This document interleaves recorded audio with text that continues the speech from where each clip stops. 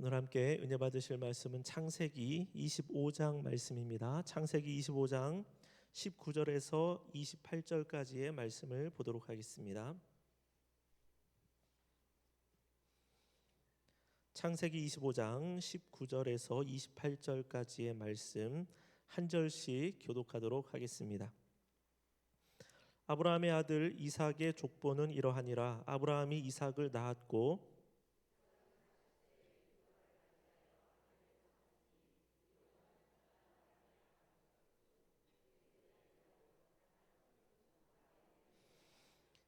이삭이 그의 아내가 임신하지 못하므로 그를 위하여 여호와께 간구하매 여호와께서 그의 간구를 들으셨으므로 그의 아내 리브가가 임신하였더니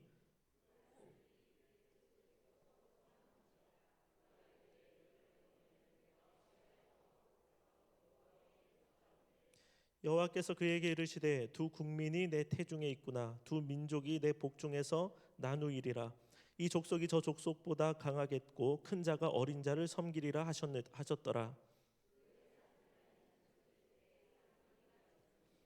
먼저 나온 자는 붉고 전신이 털옷 같아서 이름을 에서라 하였고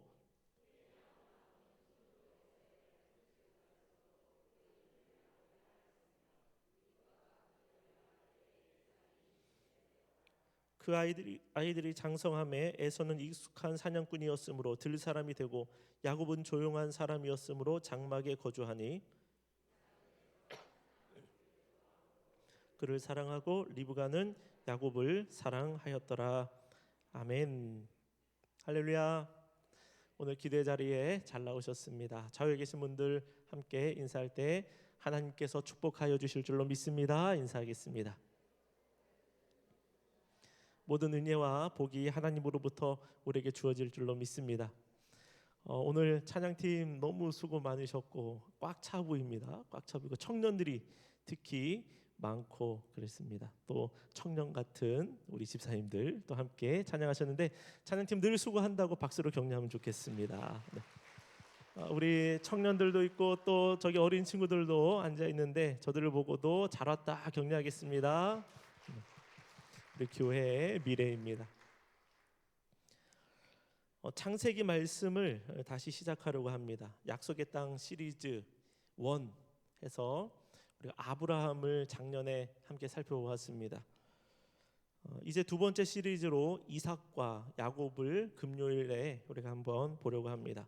창세기에는 총 4명의 족장들이 나오죠. 아브라함, 이삭, 야곱, 요셉입니다. 그들 중에 가장 무난하고 가장 평탄한 삶을 살았다라고 하면 누구일까요? 이삭입니다. 이삭. 그래서 이삭은 참 무난한 그냥 그렇다고 해서 은혜가 없는 것이 아니라 어떤 막 굉장한 큰 고난이나 어려움이나 다른 족장들에 비해서 이런 부분이 적은 것 같습니다. 분량을 보아도 4명의 족장들 가운데 가장 짧은 분량을 가진 사람이 이삭입니다. 19절의 말씀을 보면 아브라함의 아들 이삭의 족보로 오늘 말씀이 시작합니다. 이제부터는 아브라함이 아니라 이삭을 중심으로 이 이야기가 진행된다는 것을 말씀하는 겁니다. 아브라함의 아들 이삭의 족보는 이러하니라. 아브라함이 이삭을 낳았고 19절만 보면 되게 단순합니다. 짧습니다. 아브라함이 이삭을 낳았구나 이렇게 하지만 우리가 작년에 이 창세기의 말씀을 아브라함의 스토리를 살펴본 그런 기억을 해보면 이 한 절의 내용을 위하여서 하나님께서 얼마나 많은 수고를 행하여 오셨는지를 우리는 알 수 있습니다. 창세기 21장으로 가보면 거기에서 하나님이 사라를 돌보셨기 때문에 이렇게 나옵니다. 사라를 돌보셨고 다시 말하면 사라를 권고하셨고라는 그런 내용입니다. 그것 때문에 그가 약속의 자녀를 받았습니다. 이 돌보시다, 권고하다라는 단어가 구약 성경에 약 한 285번 정도 나옵니다. 하나님이 계속 돌보시는 거예요. 이게 하나님의 일이십니다. 우리는 하나님의 돌보심, 하나님의 권고하심 이런 것이 없으면 삶을 영위할 수 없고 구원으로 나아갈 수도 없습니다. 하나님의 돌보심의 일은 단회적이지 않습니다. 계속 이어지고 또 이어지고 끊임없이 우리에게 찾아옵니다.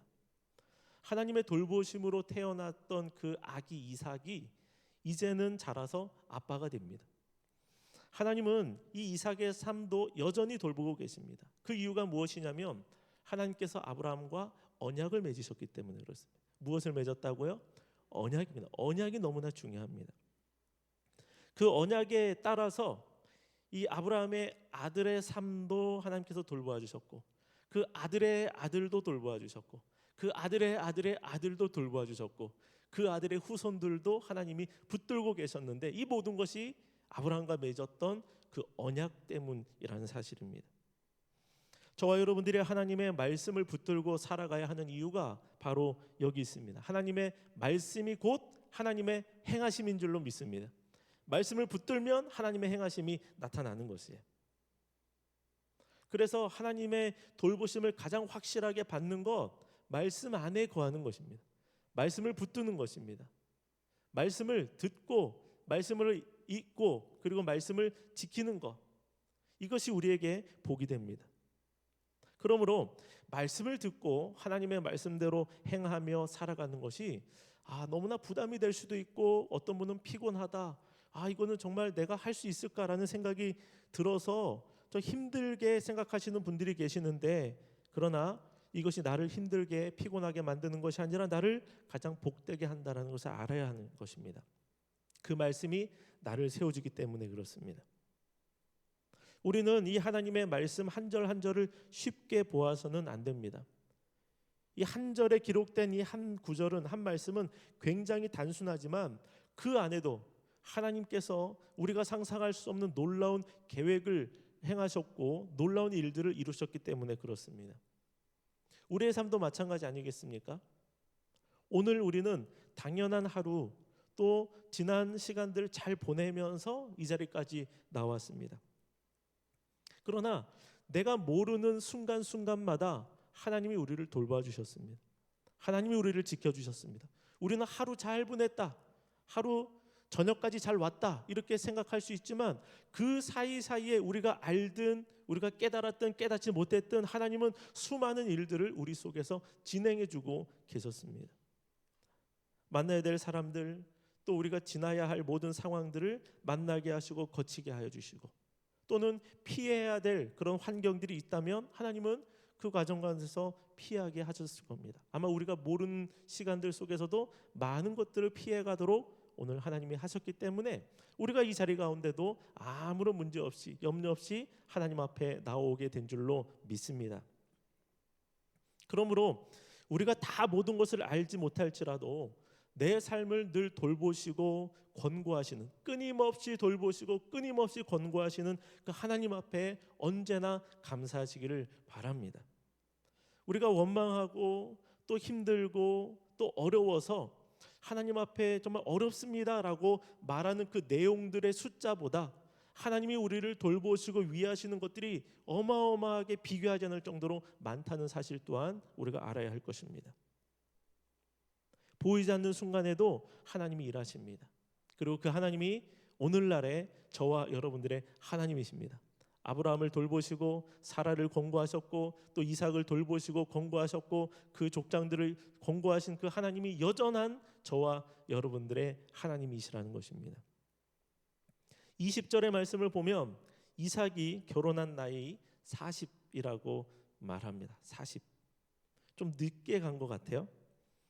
말씀을 한번 보면 이삭은 40세에 리브가를 맞이하여 아내를 삼았으니 리브가는 밧단 아람의 아람 족속 중 부두엘의 딸이요 아람 족속 중 라반의 누이였더라. 리브가가 어디 족속 사람일까요? 아람 족속 사람입니다. 이삭은 어머니 사라를 떠나 보내고 사라가 소천했을 때에 매우 힘들어했습니다. 그런데 리브가를 아내로 맞이하면서 그가 위로를 얻었더라 기록이 되어 있습니다. 자녀가 부모의 품을 떠나서 독립하는 순간, 바로 결혼이라고 말할 수 있습니다. 리브가를 아내로 맞이할 때 이삭은 묵상의 사람으로 소개됩니다. 아브라함의 종이 리브가를 데리고 올 때에 자신의 아내가 누구일까 생각하며 그는 저녁에 황혼 때에 나와서 묵상을 하고 있었습니다. 하나님을 찾았어요. 말씀을 생각하고 말씀을 읽었고 하나님을 찾고 그 앞에서 기도하는 그런 삶을 이삭이 살아왔던 것입니다. 결혼할 때의 모습이어서 아주 멋진 모습이죠. 기도하면서 결혼을 했습니다. 그런데 이러한 모습은 시간이 지나도 여전히 그의 삶 가운데 남아 있습니다.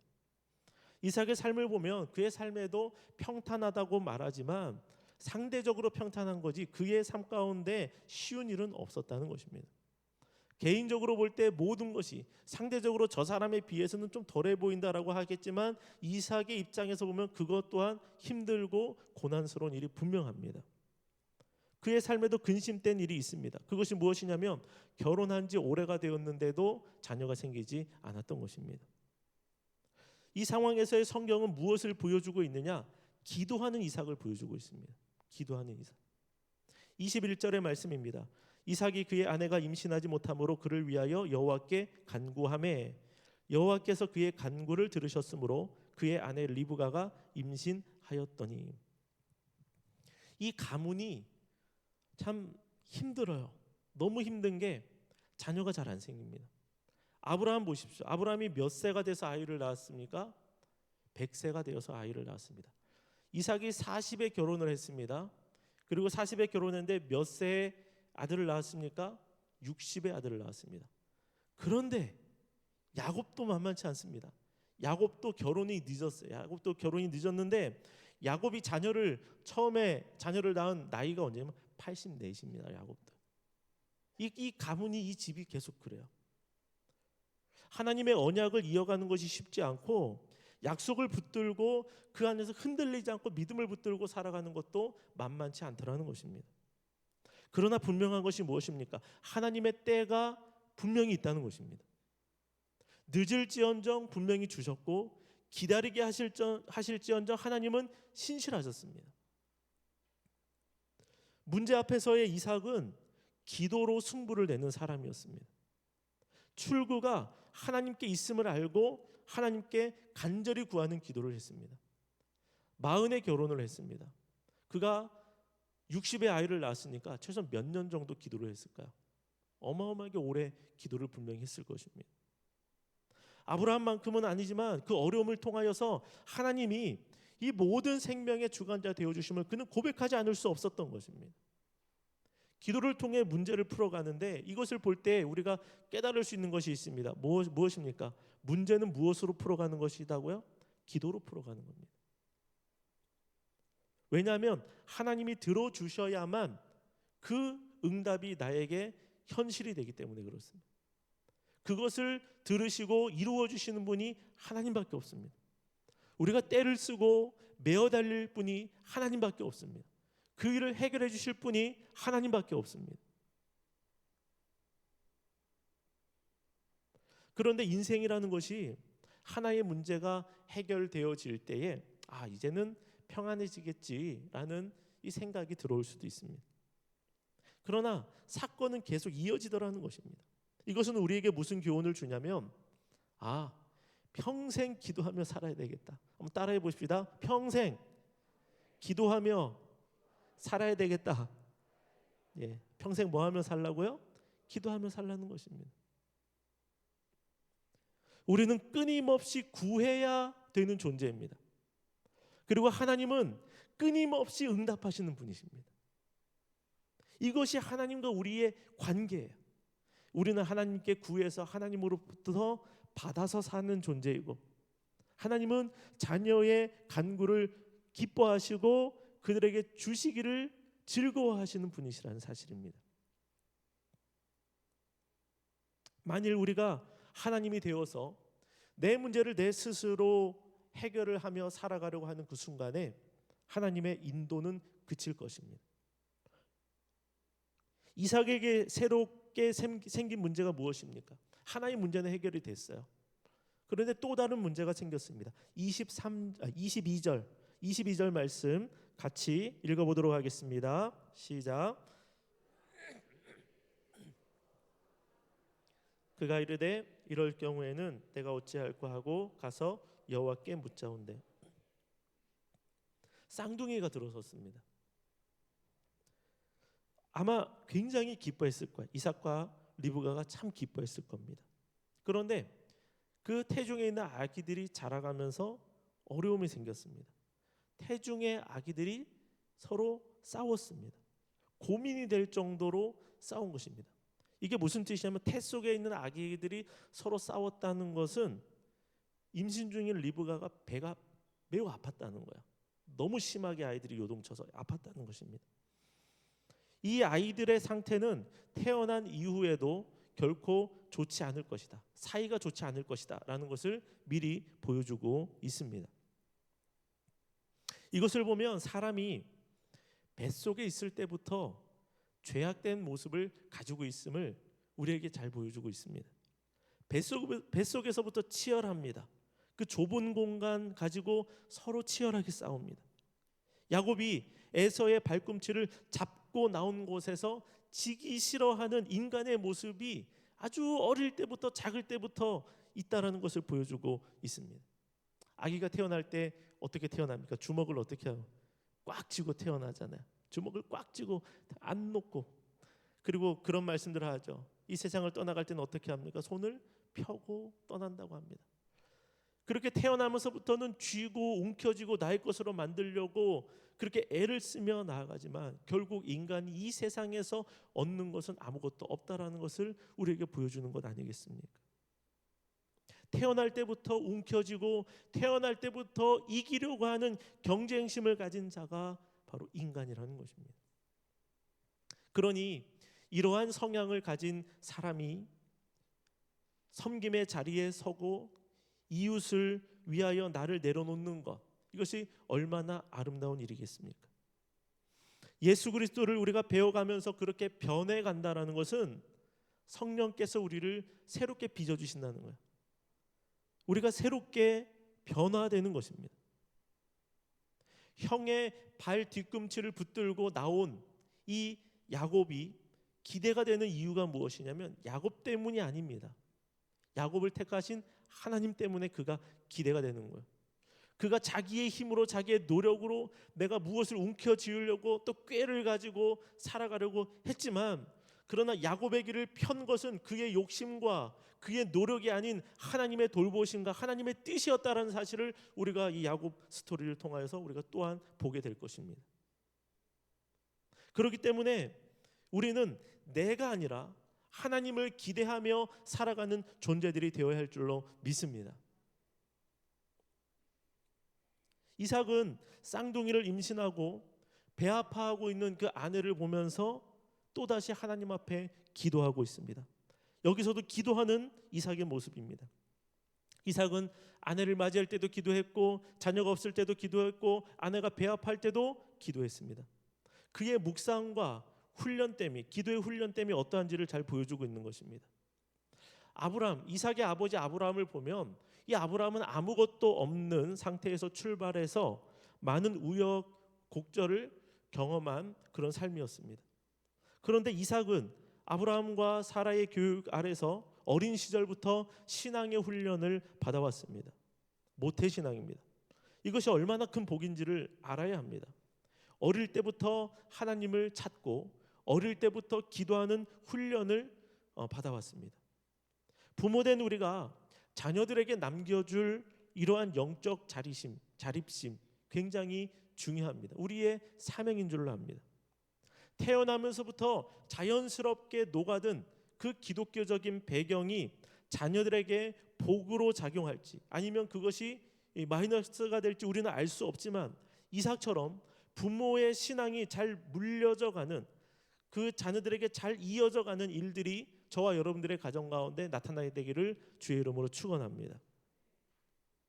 하나님은 기도하는 이삭에게 이렇게 말씀합니다. 두 국민이 너의 태중에 있다. 두 국민이 태중에 있다. 23절의 말씀입니다. 여호와께서 그에게 이르시되 두 국민이 내 태중에 있구나. 두 민족이 내 복종에서 나누이리라. 이 족속이 저 족속보다 강하겠고 큰 자가 어린 자를 섬기리라 하셨더라. 하나님은 이삭에게 있는 아직 얼굴도 보지 못하는 그 아이들을 보면서 너의 그 아이들이 민족이 될 것이다. 두 민족이 될 것이다. 나라가 될 것이다. 라고 말씀하고 계십니다.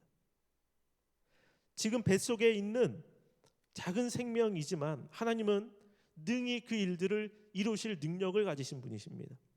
하나님은 그 연약한 것들을 나라로 세우실 수 있습니다. 그래서 우리가 보기에는 아기입니다. 우리가 보기에는 아직 태중에 있는 아기입니다. 그러나 하나님은 이미 그 속에서 나라를 보고 계시다는 사실입니다. 이것이 우리의 눈이 되어야 합니다. 이것이 우리의 비전이 되어야 되는 것입니다. 이삭이 그 아이를 향한 기대가 크면 얼마나 컸겠습니까? 좀 큰 족장, 나보다 좀 더 많은 부자가 되고 그러한 족장, 위대한 족장 정도 생각하지 않았을까 생각합니다. 그러나 하나님의 시선은 그들 속에 있는 나라를 보고 계십니다. 내가 우리의 자녀를 보고 있는 눈보다 하나님이 나의 자녀를 보고 계시는 눈이 훨씬 크다는 것을 우리는 알아야 됩니다. 우리가 기대하는 것, 우리가 소망하는 것, 이 아이가 이 정도 되기를 바란다라는 그런 생각을 가지고 있어도 하나님은 우리가 생각하는 것 이상의 기대와 이상의 미래를 하나님은 가지고 계신 줄로 믿습니다. 그렇기 때문에 우리는 이 모든 것을 하나님께 맡겨드려야 돼요. 하나님이 키우게 하셔야 되는 것, 하나님이 인도하도록 만들어 가셔야 되는 것입니다. 그렇기 때문에 믿음의 부모된 자들은 우리의 자녀가 믿음 좋은 신앙인이 될 뿐만 아니라 하나님의 은혜를 받아서 세상을 섬기고 세상을 먹여 살리는, 굉장히 좋은 단어죠. 세상을 먹여 살리는 그런 자녀가 되어지기를 축복합니다. 이들을 통하여 나라가 세워지고 지금은 보이지 않습니다. 지금은 얼굴도 모릅니다. 그러나 그 아이를 통하여서, 우리의 몸에서 날 아이를 통하여서 황폐한 성읍이 일어나고 무너져가는 질서를 회복해 하는 그런 역사들이 생기는 그 일들이 우리의 자녀들을 통하여 나타나게 되기를 주의 이름으로 축원합니다. 또한 많은 영혼들을 옳은 대로 인도하는 전도자들로도 쓰임받게 되기를 소망합니다. 저 뒤에 있는 친구들은 아마 잘 듣고 있는 것 같아요. 축복한 거예요. 여러분들 축복한 거예요. 우리가 기대하는 것보다 하나님이 더 많은 기대를 가지고 계시다는 것이죠. 저와 여러분들이 기도해야 되는 이유가 무엇이겠습니까? 하나님이 기도하는 우리의 생각을 바꾸시고 기도하는 우리의 지경을 넓혀주시는 겁니다. 하나님의 관점을 바꿔주십니다.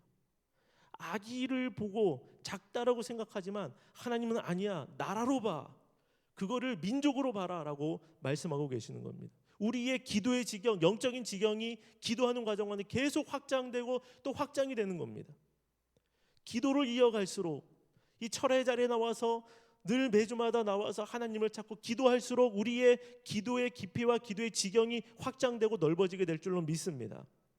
반대로 기도에 소홀하게 되면 그 기도의 지경이 점점 축소될 수밖에 없습니다. 이제 이삭은요, 아내를 괴롭히는 이 아이들이 크게 보이는 겁니다. 하나님이 그렇게 해석해 주셨기 때문에 그렇습니다. 이 아이들이 크게 보여. 시선이 변화됩니다. 시선이 달라지니까 이 관계 속에서 사람을 힘들게 하는 그 누군가가 있는데 그가 구원을 받아야 할 하나님의 사람, 불쌍한 영혼임이 우리에게 보여지기 시작하는 겁니다. 지금의 문제가 참 커 보입니다. 그러나 기도한 후에 하나님이 더 크게 보입니다. 앞길을 막고 있는 그 담이 마치 롯데타워처럼 굉장히 높아 보입니다. 그러나 우리가 하나님 앞에 기도한 후에는 그것이 하나님의 눈으로 보게 되면서 롯데타워처럼 보이는 게 아니라 이쑤시개처럼 보일 수도 있다라는 것이죠. 믿음의 역사가 그렇게 일어나는 것입니다. 기도한 이삭은요, 그 다음에 출산할 때까지 그것 때문에 힘들어했다라는 내용이 없습니다. 그런 기록이 없고 그 다음에 바로 그렇게 고민스럽고 힘들어서 하나님을 찾았지만 하나님의 말씀을 그가 들은 다음에는 바로 그 다음에 출산의 이야기로 나아갑니다. 여전히 그 남은 기간 동안은 배가 아팠지만 뭐요? 기도하니까 감당할 힘이 생기는 겁니다. 감당할 능력이 생기는 겁니다.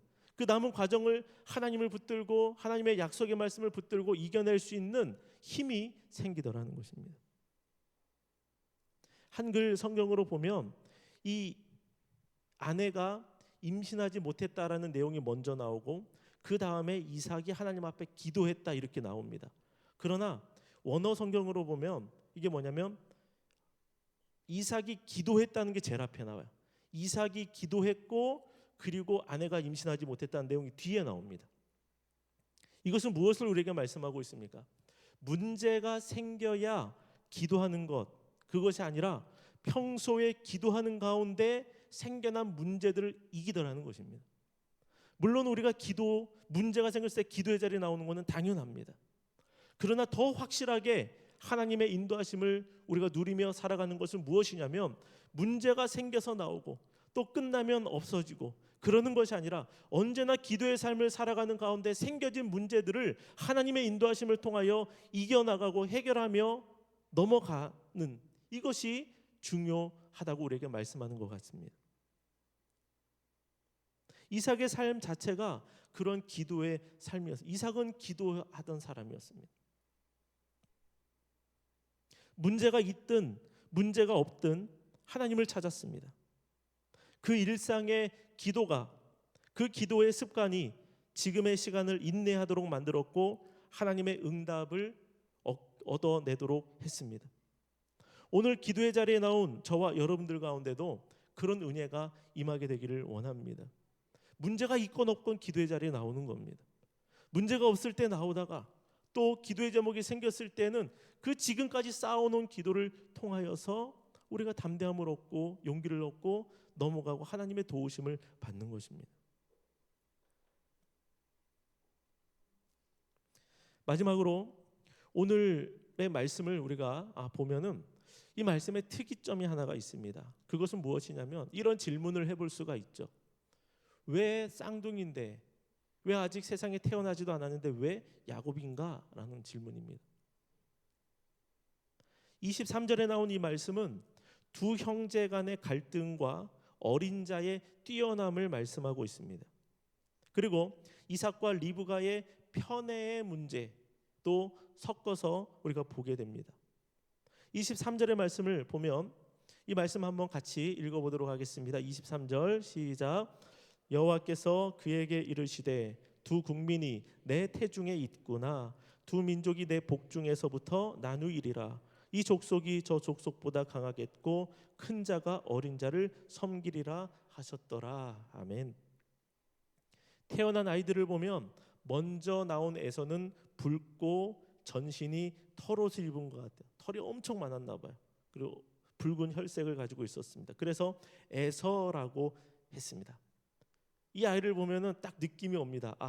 마초적인 분위기의 아들이 될 것 같다라고 여겨집니다. 매우 강렬해 보이고 남성적인 분위기의 아들입니다.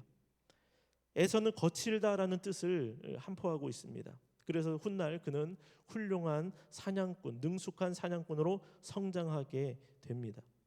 그리고 이삭이 에서를 좋아합니다. 반면 야곱은 잡다, 움켜쥐다라는 뜻을 가지고 있고요. 그래서 에서의 발을 붙들고 나왔습니다. 어린아기의 손으로 그것이 가능할지 모르겠지만 그의 경쟁적인 마음을 성경이 보여주고 있는 것입니다. 이 야곱은 주로 장막 안에 거주했던 내성적인 성향을 가지고 있지만 그 속에는 누구에게도 지기 싫어하는 그 마음이 들어 있습니다. 그리고 어머니 리브가가 야곱을 더 좋아합니다. 출생 때의 인상착의와 성향을 보면 에서가 더 강해 보입니다. 에서가 더 큰 나라를 이룰 것처럼 보입니다. 어떤 환난, 어려움들 능히 다 깨부수며 그런 일들을 만들어낼 것 같은 그러한 생각이 듭니다. 그러나 하나님은 무엇이라고 말씀합니까? 어린 자의 나라가 크게 될 것이다. 큰 자가 어린 자를 섬길 것이다 라고 말씀하십니다. 그렇다면 하나님은 왜 에서가 아니라 왜 야곱을 선택하신 것일까요? 하나님은 왜 야곱입니까? 왜 야곱을 통하여 하나님의 나라를 이루어 가실, 구원의 역사를 이루어 가실 계획을 하나님은 가지신 것일까요?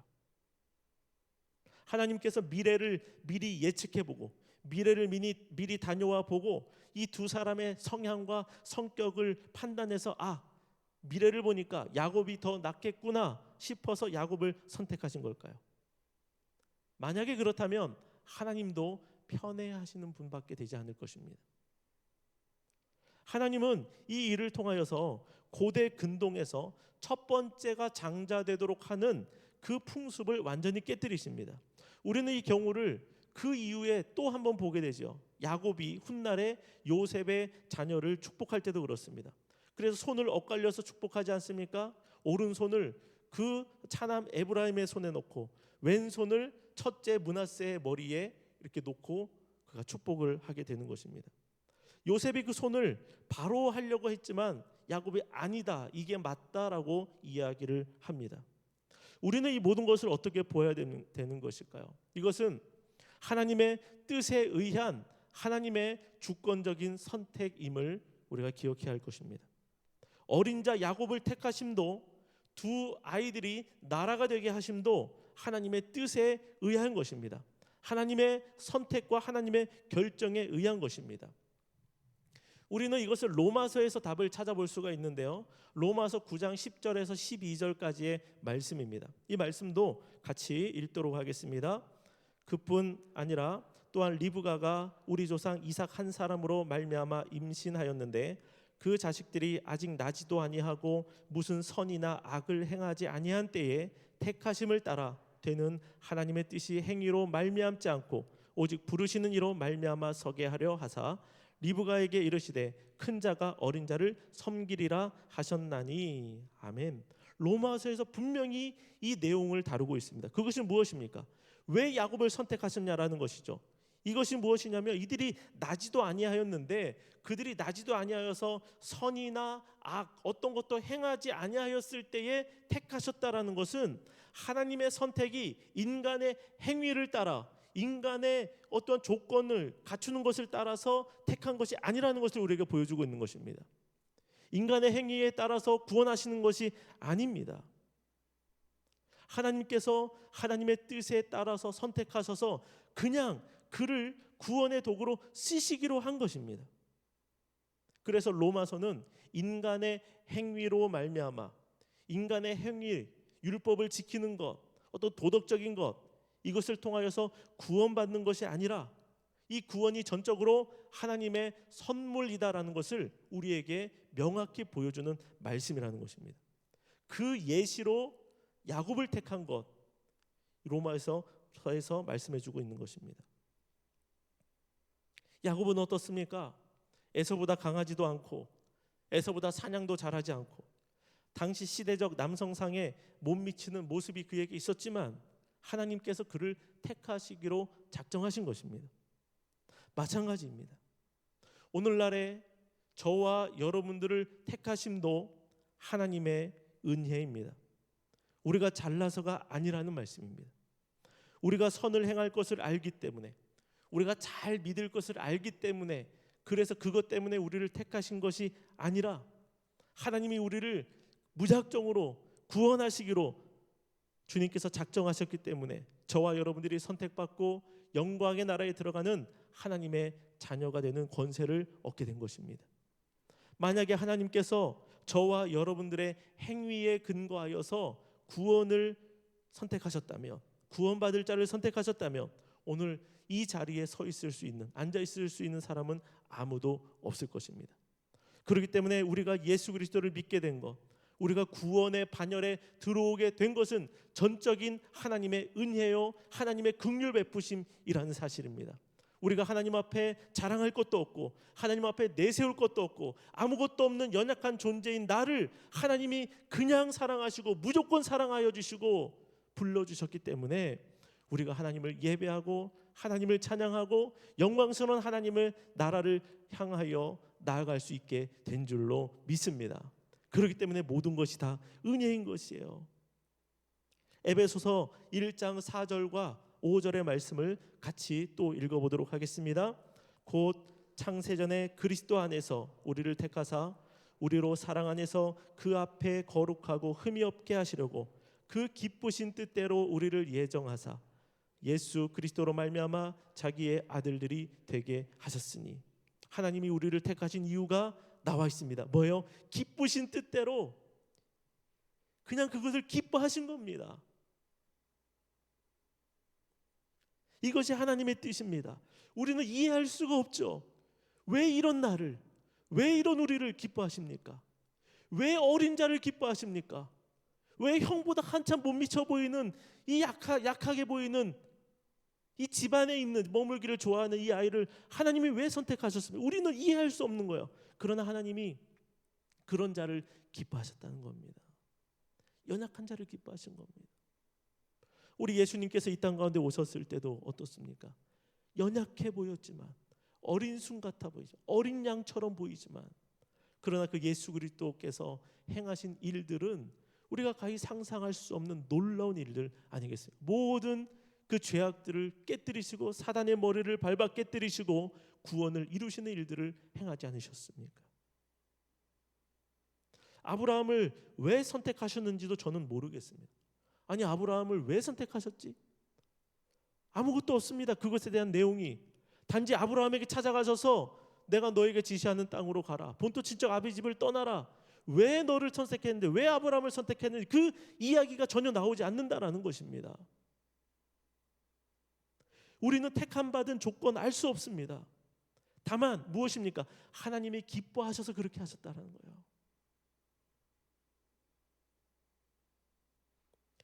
그러므로 저와 여러분들, 하나님이 나를 정말로 기뻐하셨구나라는 사실을 오늘 우리가 받아들이기를 원합니다. 이 태중에 있는 이 아이를 선택하셔서 나라가 되게 하시고 민족이 되게 하시고, 이 연약한 우리를, 이 죄인 된 우리를 하나님의 나라와 민족과 족속 삼으시고 하나님의 영광을 위한 일에 우리를 부르시고 쓰시는 그것이 얼마나 감사한 일인지 우리가 모른다는 것입니다. 그렇기 때문에 우리는 이 모든 역사가 자격 없는 자에게 주어진 하나님의 은혜임을 알고, 오늘 기도할 때에도 이삭과 같이 주님 앞에 기도하되 우리의 기도 응답 역시 나의 어떤 행위나 공로의 결과가 아니라 이 기도의 응답 또한 하나님의 긍휼과 하나님의 기쁘심에 달려 있다라는 사실을 알고, 내가 이만큼 기도해야, 내가 10시간 100시간 기도해야 더 많이 응답받고, 이것보다 아무리 오래 기도했어도 하나님의 기쁘신 뜻대로 나에게 은혜와 긍휼을 베풀어 주셔서 이런 일들을 나에게 주셨다라고 고백할 수 있는 그 놀라운 믿음을 가진 저와 여러분들의 삶이 되시기를 주님의 이름으로 축원을 드립니다.